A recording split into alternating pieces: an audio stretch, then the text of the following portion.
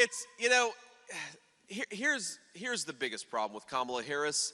It's not just that we disagree with her on policy, it's that Kamala Harris has decided, instead of saying what she's going to do to make your lives better, she's more focused on dishonest smears against Donald J. Trump, or more importantly, dishonest smears against the American people.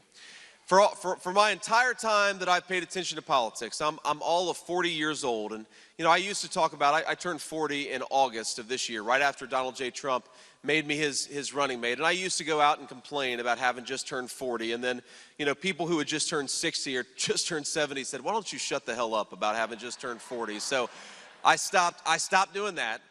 But in my entire life, I've never seen a political candidate not just criticize the other party or criticize the other candidate, but go out and attack millions upon millions of Americans for disagreeing with Kamala Harris. We saw this when Joe Biden, Kamala Harris's boss, called half of America garbage for wanting to think that Donald J. Trump should be president of the United States.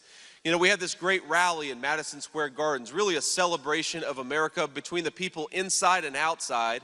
We had close to 100,000 patriots celebrating the United States of America, and Tim Walz compared it to a Nazi rally in 1930. Even though, I actually have met the guy. We had a Holocaust survivor who was at that rally there celebrating America and rallying in support of Donald J. Trump. They call the guy a Nazi who literally survived the Holocaust. Think about this. We don't need to attack our fellow citizens just because they have the wrong politics.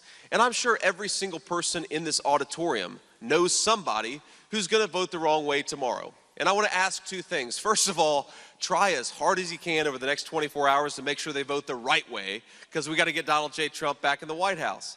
But here's what else. Even if people vote the wrong way, you know what? They're still our fellow citizens, and we're still going to fight for them anyway, because we love this country, and that means loving everybody who calls this place home.